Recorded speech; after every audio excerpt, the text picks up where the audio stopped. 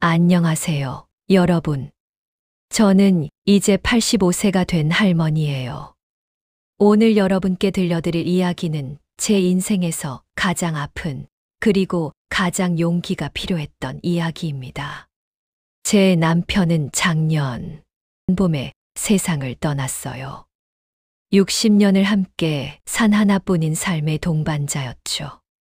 그런데 제 삶의 동반자가 어떻게 세상을 떠났는지 그 진실을 알게 되었을 때 제 세상이 무너져 내렸습니다. 오늘 이 이야기를 하는 건 혹시나 저와 같은 일을 겪고 계시는 분들이 계실까 봐서예요. 그리고 무엇보다 제 남편의 억울함을 풀어드리고 싶어서입니다. 이야기가 좀 길어질 거예요. 하지만 끝까지 들어주시면 정말 감사하겠습니다. 60년 전 25살의 중매로 만난 우리 남편은 정말 성실하고 다정한 사람이었어요. 키도 크고 인상도 좋아서 처음 봤을 때부터 마음에 들었죠.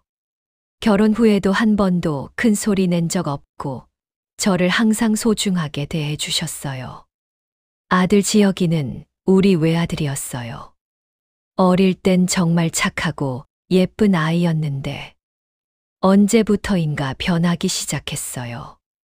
대학 졸업하고 직장 다니면서부터인 것 같아요. 돈에 대한 욕심이 생기더라고요.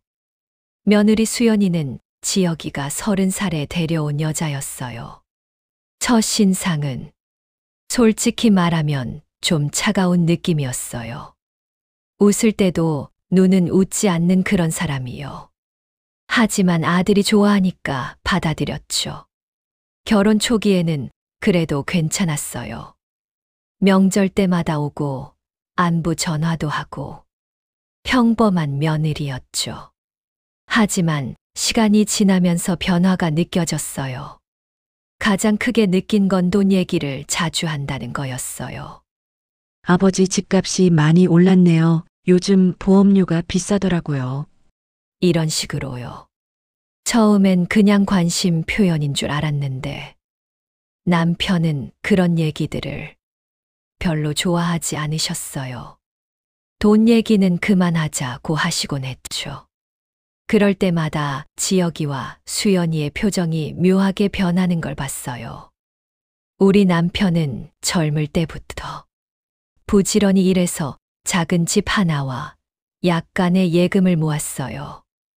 그리고 몇 년 전에 생명보험도 들어놨죠. 큰 돈은 아니지만 그래도 노후 대비로는 괜찮은 정도였어요. 그런데 언제부턴가 지혁이와 수연이가 우리 재정 상황에 대해 자세히 물어보기 시작했어요. 아버지, 보험은 어떻게 되어 있어요? 혹시 유언장 같은 건 써놓으셨나요? 이런 질문들을요. 남편은 그런 질문들을 듣고 나서 저한테 조용히 말씀하셨어요. 우리 아들이 변한 것 같아. 뭔 소리예요? 돈 얘기만 하잖아. 예전엔 안 그랬는데? 그때만 해도 저는 그냥 아들이 부모 걱정을 하는 거라고 생각했어요. 하지만 지금 생각해보니 그때부터 이미 계획이 시작된 거였나 봐요. 작년 2월 어느 날이었어요. 지혁이와 수연이가 갑자기 집에 찾아왔어요. 평소보다 좀 일찍 온 것 같았는데 손에 큰 쇼핑백을 들고 있더라고요. 아버지, 어머니 안녕하세요. 수연이가 평소보다 밝은 목소리로 인사했어요. 뭔가 특별한 일이 있나 싶었죠. 이게 뭐야? 남편이 물어보시니까 지혁이가 대답했어요. 아버지 건강을 위해서 홍삼 세트 사왔어요. 요즘 TV에서 광고하는 그거예요. 정말 좋다고 하더라고요. 포장을 뜯어보니 정말 비싸 보이는 홍삼 제품이었어요. 상자도 고급스럽고 개별 포장도 정성스럽게 되어 있었죠. 이게 얼마나 비싼 건데. 제가 걱정하니까 수연이가 웃으면서 말했어요. 어머니, 돈은 걱정하지 마세요. 아버지 건강이 더 소중하잖아요. 이거 정말 좋은 거예요. 하루에 하나씩 꼬박꼬박 드시면 기력이 좋아지실 거예요. 할아버지도 고마워하셨어요. 아들이 자신을 위해 비싼 건강식품을 사온 게 기뻤던 거죠. 그날부터 할아버지는 매일 아침 홍삼을 드시기 시작했어요. 저도 같이 드시자고 했는데 수연이가 말렸어요. 어머니는 혈압약 드시잖아요. 홍삼이랑 같이 먹으면 안 좋을 수도 있어요. 아버지만 드세요. 그렇게 말하니까 그럴 수도 있겠다 싶어서 남편만 드시게 했어요. 지금 생각하면 그게 첫 번째 실수였나 봐요. 처음 일주일 정도는 별 문제가 없었어요. 남편도 기분이 좋아진 것 같다고 하시고, 저도 안심했죠. 그런데 두 번째 주부터 뭔가 이상하다는 느낌이 들었어요. 남편이 평소보다 많이 피곤해 하시더라고요. 영감, 요즘 좀 피곤해 보여요. 그래? 좀 그런 것 같기도 하고. 홍삼 때문인가? 너무 보한 거 아니에요. 아니야. 그냥 나이가 많아서 그런 거겠지. 남편은 대수롭지 않게 생각하셨어요. 저도 그냥 환절기라서 그런가 보다 했고요. 하지만 시간이 갈수록 남편 상태가 안 좋아지는 게 눈에 보였어요. 식욕도 떨어지고 자꾸만 졸려 하시고. 영감, 홍삼 좀 끊어봐요. 왜? 아들이 비싸게 사준 건데? 그래도 몸에 안 맞는 것 같아요. 하지만 영감은 끊지 않으셨어요. 아들의 효성을 저버리고 싶지 않으셨던 거죠. 그러던 어느 날, 지혁이와 수연이가 또 집에 왔어요. 남편의 상태를 보더니 수연이가 말했어요. 아버지, 좀 안 좋아 보이시네요. 병원 한번 다녀오세요. 괜찮아. 그냥 좀 피곤한 것 뿐이야. 아니에요. 얼굴색이 안 좋아요. 검사 한번 받아보세요. 지혁이도 거들었어요. 아버지, 수연이 말이 맞아요. 요즘 건강검진이 중요하다고 하잖아요. 결국 남편은 병원에 가기로 하셨어요. 그때는 며느리가 걱정했어. 그러는 줄 알았거든요. 병원에서 검사를 받은 결과 간 수치가 많이 높게 나왔어요. 의사 선생님이 심각한 표정으로 말씀하셨죠. 간 기능이 많이 떨어져 있습니다. 일단 입원해서 정밀 검사를 받아보세요. 그 말을 듣는 순간 머리가 하얘졌어요. 할아버지도 당황하셨고요. 의사 선생님, 그게 뭔 뜻이에요? 정확한 원인을 찾아봐야겠지만 일단은 간염이나 다른 질환, 가능성을 배제할 수 없습니다. 입원 수속을 밟으면서 지혁이와 수연이가 도와줬어요. 그때는 정말 고마웠거든요. 아들이 아버지 걱정을 해주는 거라고 생각했으니까요. 하지만 지금 돌이켜보면 그때 수연이의 표정이 좀 이상했어요. 걱정스러워하는 것 같으면서도 뭔가 계산적인 느낌이 있었거든요. 입원 첫날부터 저는 남편 곁을 지켰어요. 60년을 함께 산 남편이 아픈데 어떻게 혼자 둘 수 있겠어요? 남편은 처음에는 그래도 의식이 또렷하셨어요.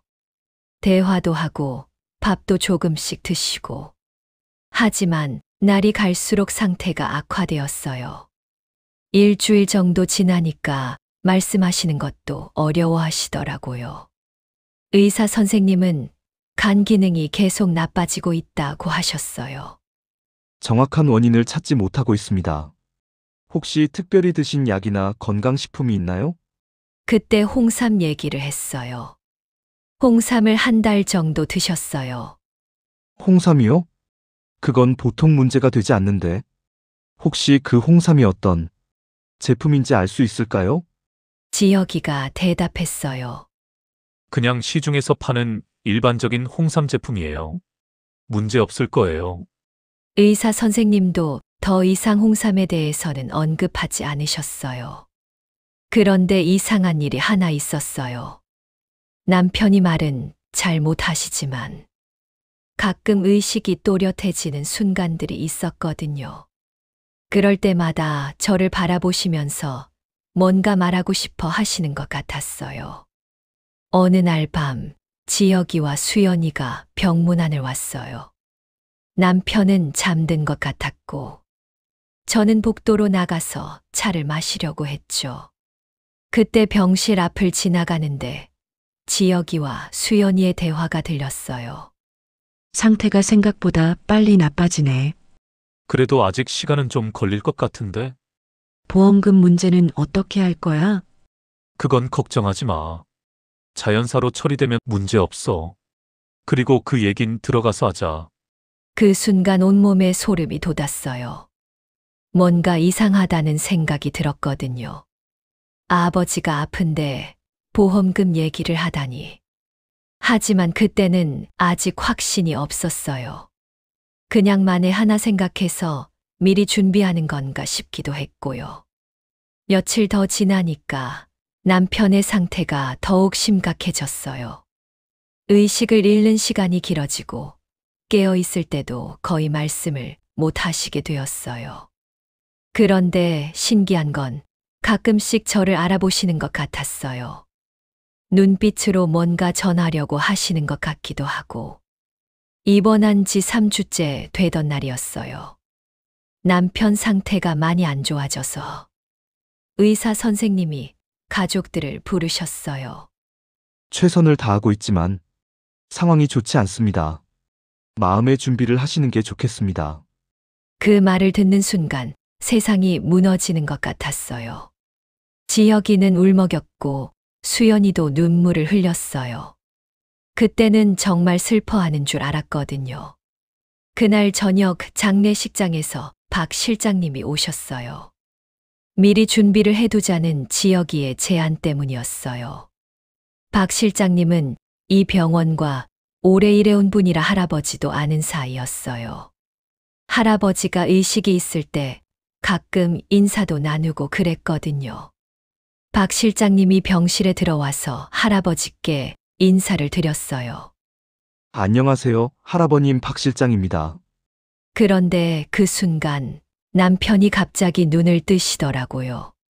그리고 박 실장님의 손을 꼭 잡으셨어요. 홍삼 지역 수연. 아주 작은 목소리로 하지만 또렷하게 말씀하셨어요. 박 실장님이 당황하셨어요. 할아버님, 뭐라고 하시는 거예요? 남편은 더 이상 말씀하지 못하셨지만 눈빛이 정말 간절했어요. 뭔가 꼭 전하고 싶은 말씀이 있는 것 같았거든요. 그때는 저도 박 실장님도 그냥 병중에 하시는 말씀인 줄 알았어요. 하지만 지금 생각해보니 그게 남편이 남기신 마지막 증언이었던 거예요. 박 실장님이 나가신 후 지혁이와 수연이가 복도에서 대화를 나누는 게 또 들렸어요. 아버지가 뭔 얘기를 한 거지.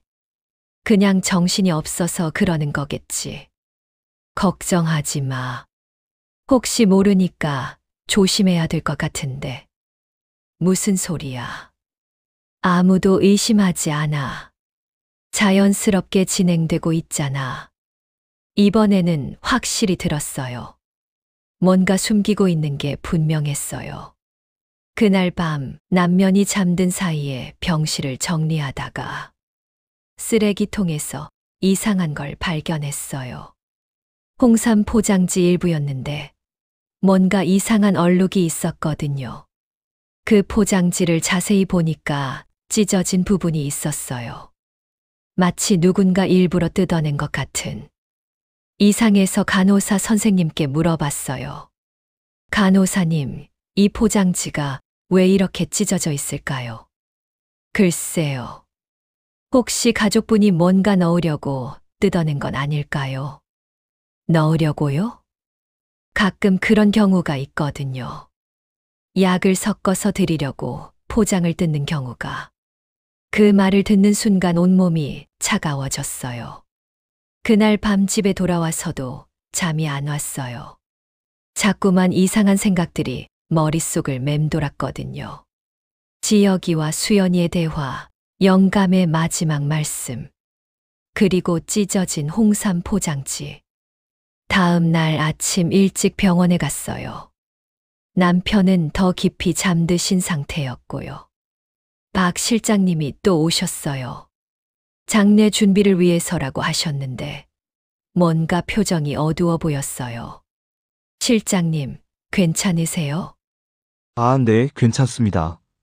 그런데 할머님, 네, 어제 할아버님이 하신 말씀이 자꾸 생각나네요. 어떤 말씀요? 홍삼, 지역, 수연. 그런 말씀이요? 뭔가 의미가 있는 것 같기도 하고, 박 실장님도 뭔가 느끼고 계신 것 같았어요. 실장님, 혹시 이상하다고 생각하신 게 있나요? 박 실장님이 잠깐 망설이시더니 말씀하셨어요. 사실 병실을 정리하다가 홍삼 포장지를 봤는데요. 좀 이상하더라고요. 저도 봤어요. 찢어진 부분이 있던데. 그거예요. 그리고 혹시 할아버님이 평소에 가족분들 대화를 많이 들으셨을까요? 무슨 뜻이세요? 환자분들이 의식이 없는 것 같아도 주변 소리를 듣는 경우가 많거든요. 그 말을 듣고 소름이 돋았어요. 남편이 지혁이와 수연이의 대화를 들으셨을 수도 있다는 생각이 들었거든요. 박 실장님이 조심스럽게 말씀하셨어요. 할머님, 혹시 병원에서 그 홍삼 포장지를 한번 확인해 볼까요? 확인해요? 네, 간단한 검사만 혹시 몰라서요.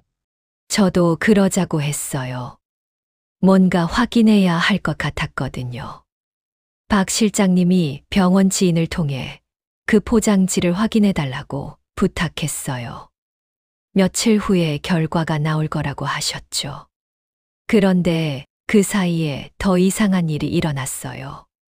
지혁이와 수연이가 갑자기 자주 오기 시작한 거예요. 하루도 빠지지 않고 면회를 왔어요. 평소에는 일주일에 한두 번 왔는데 말이에요. 그리고 올 때마다 박 실장님 얘기를 했어요. 어머니, 박 실장님이 자주 오시네요. 그분이 친절하게 도와주고 있어. 그런데 너무 자주 오시는 것 같은데 혹시 다른 목적이 있는 건 아닐까요? 무슨 소리지? 수연이가 말했어요. 어머니, 장례업체 사람들은 때로 돈을 더 받으려고 그런 경우가 있어요. 조심하세요. 그때는 박 실장님을 의심하게 만들려는 거라고는 생각하지 못했어요. 며칠 후, 박 실장님이 검사 결과를 가져오셨어요. 얼굴이 굉장히 심각했어요. 할머님 결과가 나왔는데요. 어떻게 나왔어요? 포장지에서 이상한 성분이 검출되었어요. 곰팡이 독소아플라톡신이라는 건데요. 그게 뭐예요? 간에 치명적인 손상을 줄 수 있는 독성 물질이에요. 그 순간 머리가 하얘졌어요. 정말 충격적인 얘기였거든요. 그럼 영감이 아직 확실하지는 않습니다. 하지만 할아버님의 증상과 일치하는 부분이 많아요. 박 실장님의 말을 듣고 나서 며칠 동안 정말 혼란스러웠어요. 이게 진짜일까? 아니면 실수일까? 하지만 점점 더 많은 증거들이 나타나기 시작했어요. 간호사 선생님이 저를 조용히 불러서 말씀하셨거든요. 할머님, 제가 며칠 전에 메모해둔 게 있어요. 무슨 메모요? 환자분 가족들이 나눈 대화 내용이에요. 좀 이상해서 적어뒀거든요. 간호사 선생님이 보여준 메모에는 이런 내용이 적혀 있었어요. 아들 보험금은 얼마나 나와? 며느리 3억 정도. 집까지 합치면 5억은 넘을 거야. 아들 생각보다 오래 걸리네. 며느리 조금만 더 기다려. 자연사로 처리되어야 해. 보는 순간 온몸에 힘이 빠졌어요. 이게 정말 제 아들과 며느리가 한 말인가 싶었거든요. 간호사님, 이거 확실해요? 네, 제가 직접 들었어요. 환자분이 들을 수 있는 상황에서 저런 대화를 하더라고요. 그제서야 모든 게 이해가 되었어요. 할아버지가 왜 그렇게 간절한 눈빛으로 박 실장님을 바라보셨는지. 박 실장님께 전화를 드렸어요. 실장님, 더 자세한 조사를 할 수 있을까요? 할머님, 사실 저도 더 알아본 게 있어요. 뭐요? 병원에서 할아버님 혈액 검사를 다시 해봤는데 거기서도 같은 독성 성분이 나왔어요. 그럼 정말 네, 할아버님이 독이 든 홍삼을 드신 게 맞는 것 같아요. 그날 밤 지혁이와 수연이가 또 왔어요. 평소와 다르게 뭔가 초조해 보였어요. 어머니, 아버지 상태는 어때요? 의사 선생님이 시간이 얼마 안 남았다고 하시네. 그때 수연이의 표정을 봤어요. 슬퍼하는 게 아니라 뭔가 안도하는 것 같았어요. 어머니, 장례 준비는 어떻게 할 거예요? 박 실장님이 도와주고 있어. 그 말을 듣자마자 지혁이와 수연이의 표정이 변했어요. 어머니, 박 실장이라는 분, 믿을 만한 사람이에요? 지혁이가 말했어요. 아니, 요즘 장례 업체들이 좀 문제가 있다고 하더라고요. 혹시 모르니까 우리가 직접 알아볼게요. 그럴 필요 없어. 박 실장님 좋은 분이야. 수연이가 좀 더 강하게 말했어요. 어머니, 이런 일은 가족이 직접 해야 해요. 박 실장님한테는 우리가 따로 연락드릴게요. 뭔가 박 실장님을 멀리하려고 하는 느낌이었어요. 그날 밤 집에 돌아와서 박 실장님께 전화를 드렸어요. 실장님, 혹시 지혁이한테 연락 받으셨어요? 네, 받았어요. 좀 이상하더라고요. 어떻게요? 장례 절차를 아주 빠르게 진행하자고 하시더라고요. 그리고 외부 검사는 최소화하자고. 외부 검사요? 네, 보통 급사의 경우 부검이나 추가 검사를 하는 경우가 있거든요. 그런 걸 아예 안 하고 빨리 화장하자고 하시더라고요. 그 말을 듣는 순간 확신이 들었어요. 정말로 뭔가 숨기려고 하는 거구나. 다음 날, 박 실장님이 급하게 저를 만나자고 하셨어요. 병원 근처 카페에서 만났는데 표정이 정말 심각했어요. 할머님, 큰일 났어요. 무슨 일이에요? 지혁 씨와 수연 씨가 저를 만나자고 하더라고요. 만나서 뭐려? 박 실장님이 망설이시더니 말씀하셨어요. 제게 돈을 주겠다고 하더라고요. 돈을요? 네, 조용히 장례를 치르면 보험금 일부를 주겠다고. 정말 충격적이었어요. 제 아들과 며느리가 그런 일을 하다니. 그래서 뭐라고 하셨어요? 처음에는 거절했어요. 하지만 계속 압박을 하더라고요. 박 실장님의 상황을 들어보니 이해가 되었어요. 생활이 어려우신 상황에서 큰 돈을 제안받으면 흔들릴 만도 했거든요. 실장님, 어떻게 하실 거예요? 그때 제가 말했어요. 실장님, 제 남편이 정말 억울하게 돌아가신 거라면 꼭 진실을 밝혀주세요. 하지만 증거가 부족해요. 홍삼 포장지와 혈액 검사 결과만으로는. 더 찾아볼 수 있지 않을까요? 박 실장님이 생각하시더니 말씀하셨어요. 병원에서 더 자세한 검사를 해볼 수 있을 것 같아요. 그리고 CCTV도 확인해 볼 수 있고요. CCTV요. 네, 병실 앞 복도에 CCTV가 있거든요. 지혁 씨와 수연 씨가 나눈 대화가 녹화되어 있을 수도 있어요. 희망이 생겼어요. 진실을 밝힐 수 있을 것 같았거든요. 하지만 며칠 후, 박 실장님께서 안 좋은 소식을 가져오셨어요. 할머님, 지혁 씨와 수연 씨가 계속 압박을 하고 있어요. 어떻게요? 돈을 더 많이 주겠다고 하고, 만약 거절하면 저희 장례식장에 안 좋은 소문을 내겠다고 위협도 하고, 그런 사람들이었나요? 정말 실망스러웠어요. 제가 낳고 기른 아들이 그런 짓을 하다니. 실장님, 그래도 포기하지 마세요. 제발. 박 실장님이 고개를 끄덕이셨어요. 알겠어요. 할머님, 할아버님을 위해서라도 끝까지 해보겠어요. 그 후 며칠 동안 박 실장님은 더 많은 증거를 수집하셨어요. 병원 간호사들의 진술서, CCTV 화면 일부, 그리고 홍삼에 대한 추가 검사 결과까지. 모든 게 지혁이와 수연이가 할아버지를 독살했다는 걸 가리키고 있었어요. 남편이 세상을 떠나신 날을 잊을 수가 없어요. 새벽 3시쯤이었는데 병원에서 연락이 왔어요. 급하게 달려갔지만 이미 늦었죠. 남편은 조용히 눈을 감으셨어요. 마지막까지도 고통스러워 하시는 모습이었는데 지혁이와 수연이도 와 있었어요. 겉으로는 슬퍼하는 척했지만 저는 알 수 있었어요. 진짜 슬퍼하는 게 아니라는 걸. 의사 선생님이 사망진단서를 작성하시면서 말씀하셨어요. 간부전으로 인한 자연사로 기록하겠습니다. 그 말을 들은 수연이의 표정이 밝아지는 걸 봤어요. 정말 끔찍했어요. 장례 준비가 시작되었어요. 지혁이와 수연이는 박 실장님을 계속 압박했어요. 실장님, 우리가 얘기한 대로 해주실 거죠? 박 실장님은 대답하지 않으셨어요. 계속 고민하고 계신 것 같았거든요. 장례식 전날 밤, 박 실장님이 저를 만나러 오셨어요. 할머님, 실장님, 어떻게 하실 거예요? 박 실장님이 봉투 하나를 꺼내셨어요. 이게 뭐예요? 지혁 씨가 준 돈이에요. 받으신 거예요? 네, 받았어요. 하지만 박 실장님이 그 봉투를 제게 내밀었어요.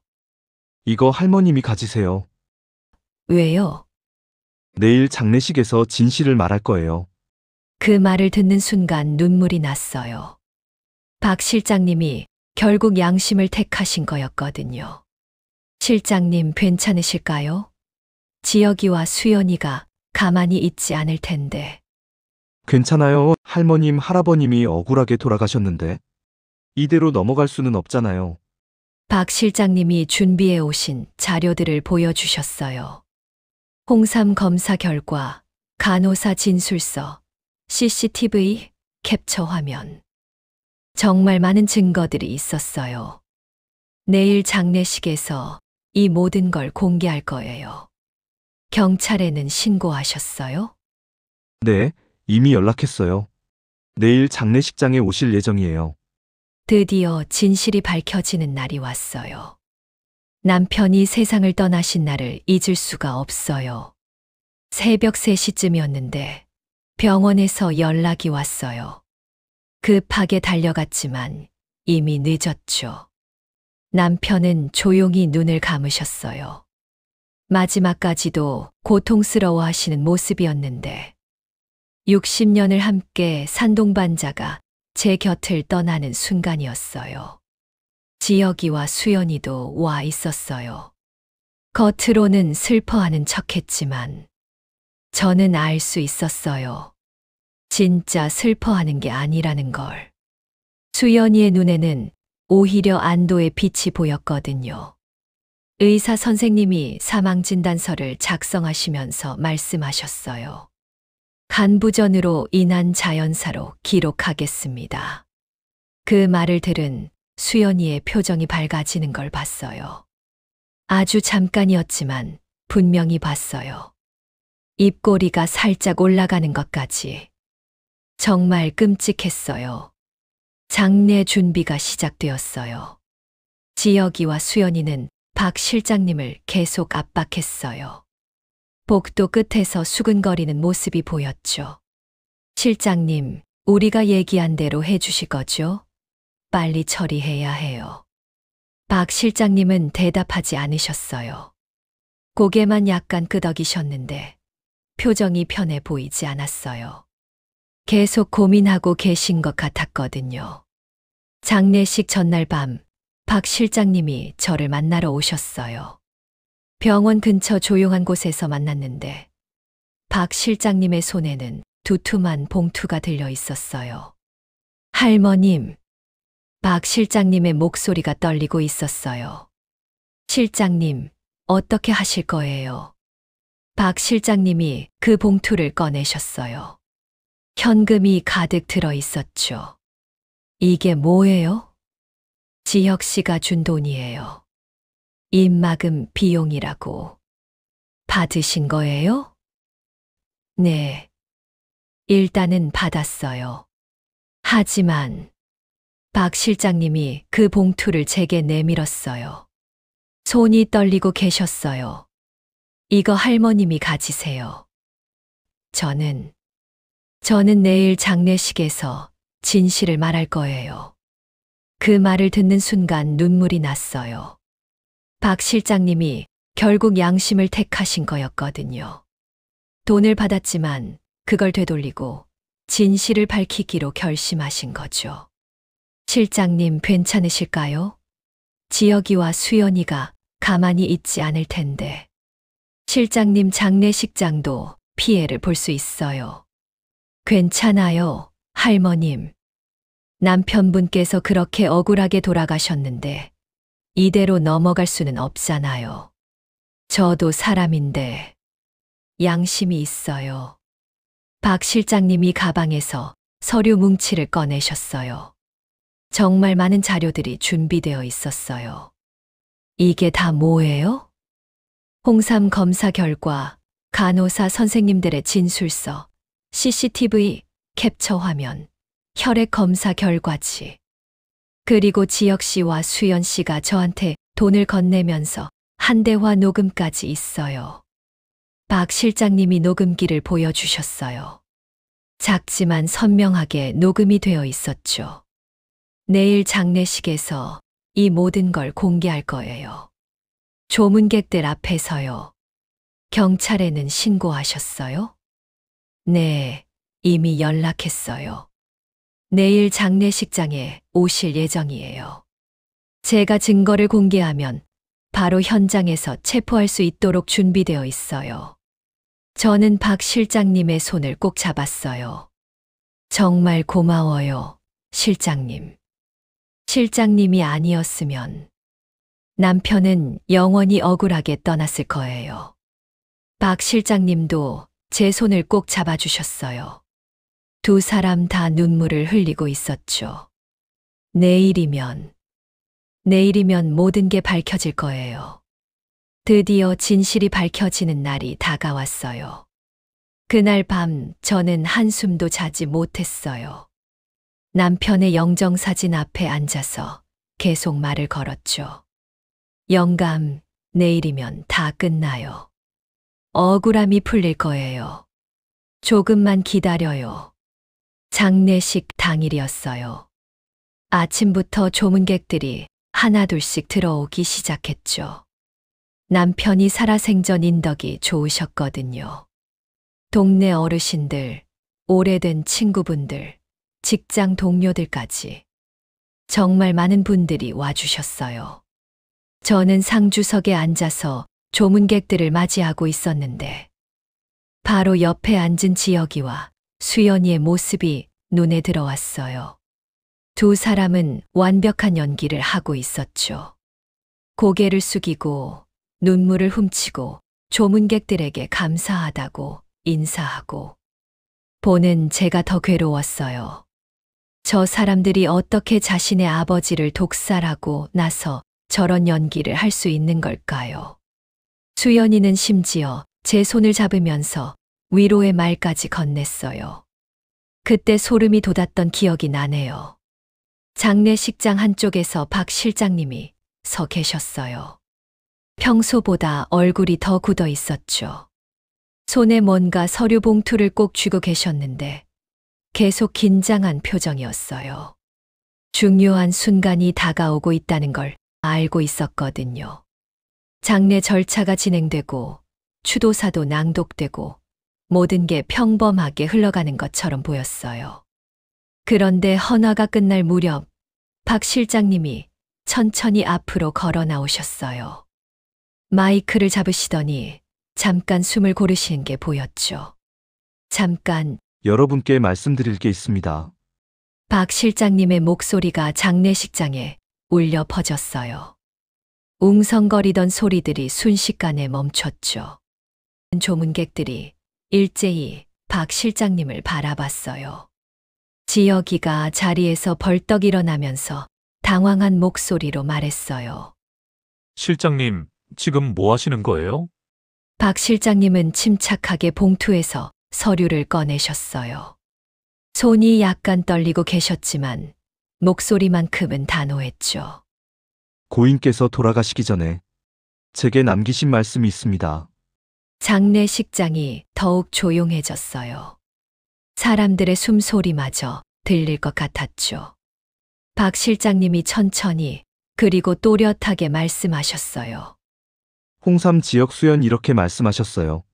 그 순간 제 심장이 쿵 하고 내려앉는 것 같았어요. 남편의 마지막 말씀이 이렇게 모든 사람들 앞에서 공개되는 거구나. 장례식장 곳곳에서 웅성거리는 소리가 들렸어요. 사람들이 고개를 갸우뚱하거나 옆 사람과 속삭이기 시작했죠. 박 실장님은 계속해서 말씀하셨어요. 처음에는 저도 병중의 헛소리인 줄 알았습니다. 하지만 조사를 해보니 충격적인 사실을 알게 되었습니다. 박 실장님이 준비해온 자료들을 하나씩 펼치기 시작했어요. 프로젝터 화면에 첫 번째 자료가 떴죠. 홍삼 포장지 사진이었어요. 찢어진 부분과 이상한 얼룩이 선명하게 보였어요. 고인께서 드신 홍삼을 검사한 결과 아플라톡신이라는 독성 물질이 검출되었습니다. 이것은 간에 치명적인 손상을 일으키는 곰팡이 독소입니다. 장례식장이 술렁이기 시작했어요. 사람들이 놀란 표정으로 서로를 쳐다보고 어떤 분들은 손으로 입을 막았죠. 두 번째 화면이 떴어요. 간호사 선생님의 진술서였어요. 박 실장님이 읽어 내려가셨죠. 병실에서 환자의 아들과 며느리가 보험금과 재산 분배에 대해 구체적으로 논의하는 것을 여러 차례 목격했으며 환자분께서도 그 대화를 듣고 계셨다는 증언입니다. 이제는 조문객들 사이에서 분명한 동요가 일어났어요. 지혁이와 수연이를 바라보는 시선들이 달라지기 시작했죠. 세 번째 증거가 공개되었어요. CCTV 화면이었어요. 박 실장님이 영상을 재생하셨는데 병원 복도에서 지혁이와 수연이가 대화하는 모습이었죠. 화면 속에서 수연이의 목소리가 들렸어요. 보험금은 얼마나 나와? 지혁이가 대답했죠. 3억 정도 집까지 합치면 5억은 넘을 거야. 장례식장이 완전히 술렁이기 시작했어요. 사람들이 웅성거리고 지혁이와 수연이를 이상한 눈빛으로 바라보기 시작했죠. 누군가는 고개를 절레절레 흔들었고 또 누군가는 분노한 표정을 지었어요. 지혁이가 얼굴이 새하얗게 질린 채로 자리에서 벌떡 일어났어요. 목소리에 분노와 당황이 섞여 있었죠. 이게 뭐 하는 짓이에요? 장례식에서 이런 소리를. 하지만 박 실장님은 전혀 흔들리지 않았어요. 오히려 더 단호한 목소리로 말씀하셨죠. 고인께서는 모든 걸 알고 계셨습니다. 침대에 누워 말은 못하셨지만 의식은 또렷하셨거든요. 자신이 독이 든 홍삼을 먹고 있다는 것도, 아들과 며느리가 자신의 죽음을 기다리고 있다는 것도 다 알고 계셨습니다. 수연이가 갑자기 소리를 질렀어요. 거짓말이에요. 증거도 없으면서. 박 실장님이 마지막 서류를 꺼내셨어요. 고인의 혈액 검사 결과입니다. 여기서도 같은 독성 물질이 검출되었습니다. 그리고 박 실장님은 주머니에서 작은 녹음기를 꺼내셨어요. 장례식장이 숨소리조차 들리지 않을 만큼 조용해졌죠. 그리고 이것은 지혁 씨와 수연 씨가 저에게 입막음을 위해 돈을 건네면서 한 대화입니다. 녹음기의 재생 버튼을 누르셨어요. 지혁이의 목소리가 흘러나왔죠. 실장님, 조용히 처리해 주시면 보험금에서 1억 드릴게요. 이어서 수연이의 목소리가 들렸어요. 아버지 일은 아무도 모르게 해야 해요. 자연사로 처리되어야 하거든요. 빨리 화장해버리면 증거도 없어지잖아요. 그 순간 장례식장이 완전히 뒤집혔어요. 조문객들이 자리에서 일어나기 시작했고, 누군가는 지혁이와 수연이를 향해 손가락질을 했어요. 분노의 외침들이 여기저기서 터져 나왔죠. 녹음된 대화가 흘러나오는 순간, 장례식장은 완전한 아수라장이 되었어요. 조문객 중 한 분이 가장 먼저 소리쳤죠. 이게 무슨 짓이야. 그 외침을 시작으로 사람들이 하나둘씩 일어서기 시작했어요. 지혁이와 수연이를 향해 분노의 목소리가 쏟아졌죠. 친아버지를 독살했다고? 세상에 이런 일이. 어떻게 그런 끔찍한 짓을. 보험금 때문에 아버지를 죽였어. 인간도 아니야. 지혁이는 완전히 패닉 상태가 되어서 양손을 들어 올리며 변명하기 시작했어요. 목소리가 떨리고 있었죠. 아니에요. 오해예요. 이건 모함이에요. 우리가 언제 그런 일을. 이건 말도 안 돼요. 지혁이는 계속해서 고개를 저었어요. 땀이 이마에 송글송글 맺혀 있었죠. 사람들을 둘러보면서 이해해달라는 듯한 표정을 지었지만 아무도 믿어주지 않았어요. 하지만 수연이는 완전히 달랐어요. 변명도 부정도 하지 않았죠. 그저 자리에 앉아서 냉정한 표정으로 앞을 바라보고 있었어요. 이미 모든 게 끝났다는 걸 알고 있는 것처럼 보였어요. 오히려 체념한 듯한 미소까지 짓고 있었죠. 바로 그때 장례식장 뒤쪽 문이 열렸어요. 2명의 경찰관이 들어왔어요. 박 실장님이 미리 연락해둔 대로였죠. 경찰관들이 천천히 걸어와서 지혁이와 수연이 앞에 섰어요. 지혁 씨, 수연 씨, 살인 및 보험 사기 혐의로 동행 조사가 필요합니다. 함께 가시죠. 그 말을 듣는 순간 지혁이의 얼굴이 새하얗게 변했어요. 무릎이 꺾이면서 바닥에 주저앉더니 저에게 기어오듯이 다가왔어요. 제 치마를 붙잡으면서 울먹이는 목소리로 애원했죠. 어머니, 제발 믿어주세요. 저희가 그런 게 아니에요. 어머니, 저 지혁이잖아요. 어머니 아들이에요. 눈물까지 흘리면서 제 손을 잡으려고 했어요. 하지만 저는 한 걸음 뒤로 물러났어요. 지혁이를 내려다보면서 제가 할 수 있는 가장 차가운 목소리로 말했죠. 60년을 함께 산 남편을 독살한 사람을 어떻게 믿지? 너가 내 아들이라고 해도 말이야. 어머니, 지혁이의 목소리가 떨렸어요. 하지만 저는 고개를 돌렸어요. 더 이상 그 얼굴을 보고 싶지 않았거든요. 당신은 이제 제 아들이 아니에요. 오늘부터 나는 자식이 없는 사람이에요. 경찰관이 지혁이를 일으켜 세우려고 했어요. 그때 수연이가 갑자기 자리에서 벌떡 일어나더니 크게 소리쳤어요. 맞아요. 제가 한 일이에요. 장례식장이 순식간에 조용해졌어요. 모든 사람들의 시선이 수연이에게 집중되었죠.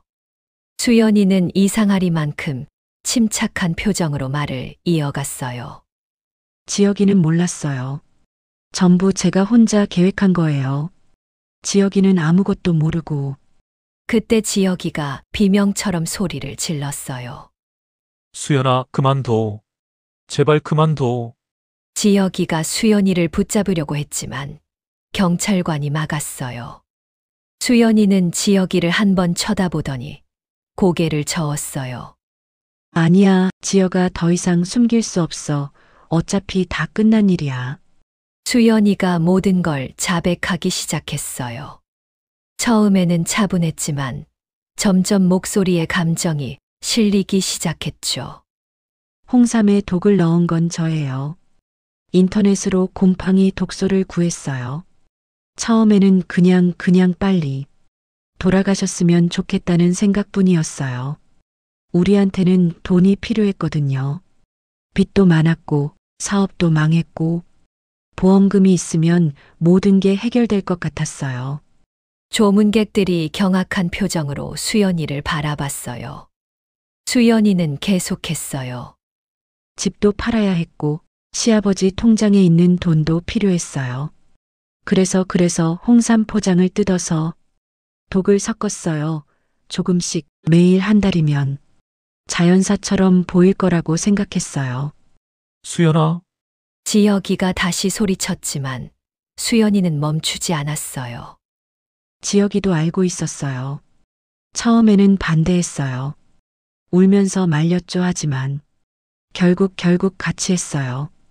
돈이 필요하다는 것도 알고 있었고 보험금이 나오면 빚을 갚을 수 있다는 것도 알고 있었어요. 그래서 아버지가 병원에 입원했을 때도 빨리 돌아가시기를 기다렸어요. 둘이서요. 그 순간 저는 정말 무너지는 것 같았어요. 다리에 힘이 풀려서 주저앉을 뻔했죠. 옆에 계시던 다른 할머니 두 분이 양쪽에서 저를 부축해 주셨어요. 너무 충격이 커서 숨을 쉬는 것조차 힘들었어요.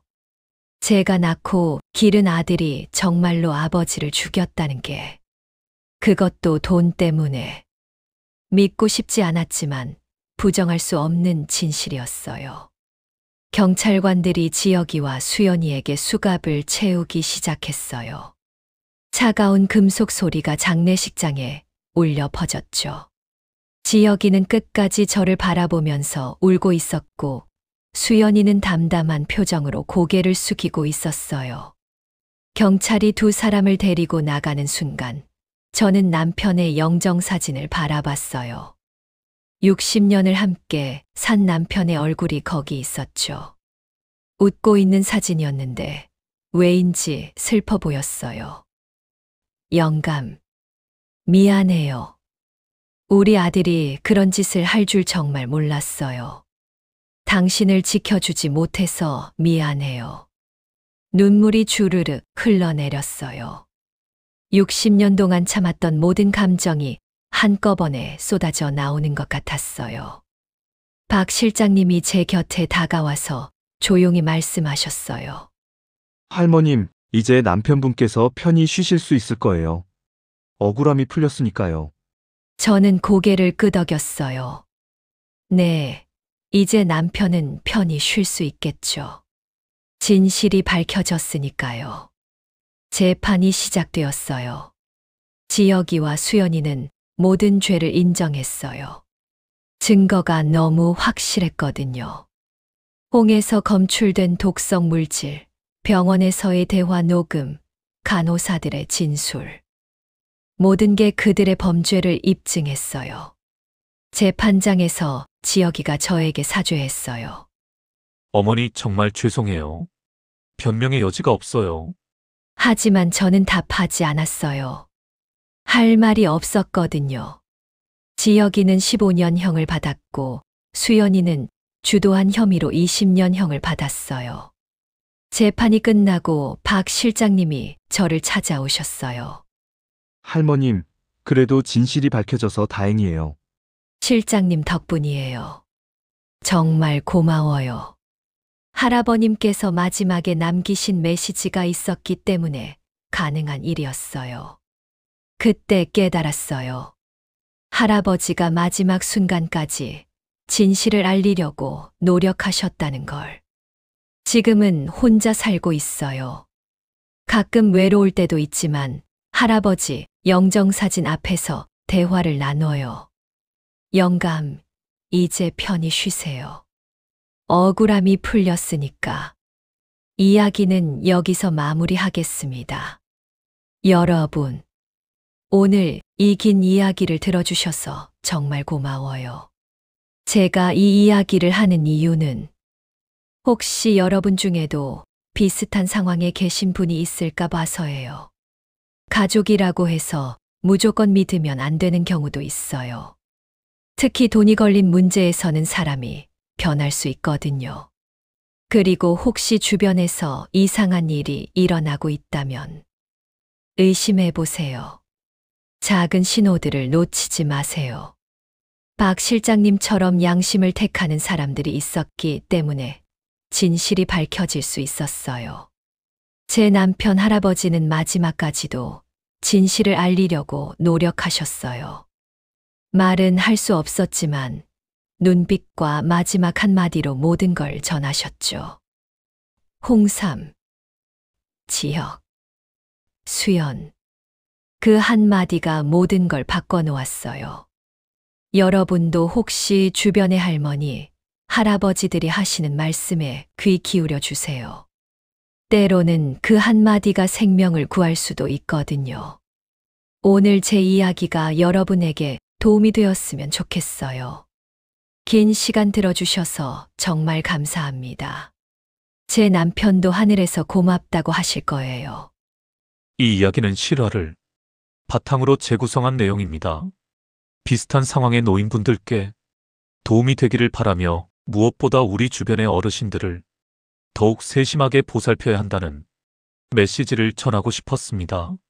시청해주신 모든 분들께 감사드리며 댓글로 여러분의 생각을 나눠주시면 감사하겠습니다. 구독과 좋아요도 잊지 마세요. 다음에 또 다른 이야기로 찾아뵙겠습니다.